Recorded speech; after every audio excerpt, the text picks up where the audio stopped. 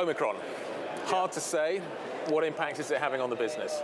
Well, I'm just reminded that we met 23 days ago outside of Terminal 3 at Heathrow for a historic day of opening up the corridor between the UK and the US, joint synchronized takeoff. And here we are 23 days later, and we have a new variant. I think it's early days on this one. My intuition tells me that it is probably more transmissible, maybe not as severe, just based on the patterns. This just didn't emerge 4 or 5 days ago. It probably emerged a few weeks ago, possibly in October. We've changed, adapted. Of course, South Africa is shut down, although there is a flight right now in the air from South Africa back to the UK with people needing to quarantine. So we'll deal with it. You know, this industry has shown resiliency, and so are we. The governments have reacted much more quickly this time. A, has that surprised you? B, is that the right or wrong thing to do? It hasn't surprised me, and I think it's the wrong thing to do, in the sense that travel is so omnipresent in our lives, and if you can, kind of put a combination of politics and pandemic, airlines is the easy target for changing of signals to the public. So I wasn't surprised. I think we should evaluate the situation quickly. And what I'm telling my team and telling the government in the UK is, as quickly as you introduce those measures, if things turn out that they are not as significant, take them back immediately as well. Testing, opening of borders, removal of red list countries. Do you worry at all that the North Atlantic may be shut down again?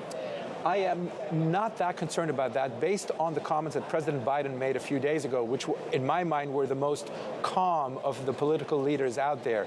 Let's look at the information. This should be data-driven, and then we'll make the calls. And travel is not the way to stop a pandemic. This variant is now everywhere in the world. Everybody understands that. So shutting borders hurts thousands and millions of people, of course, over the festive period, but businesses and GDP is reliant on it, and we need every single piece of help that we can get, and travel enables that. What does the North Atlantic look like since November the 8th? What kind of load factors have you been experiencing? What does pricing look like? What does pricing look like around the holidays?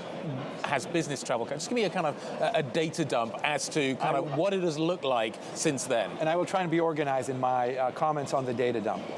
So first, post the 8th, tremendous bookings across the Atlantic, and we've seen load factors building very nicely close in December, and we will probably be still flying anywhere between 60 to 70% load factors. On the week post the 8th, you couldn't get a seat on a Virgin Atlantic from London to the US.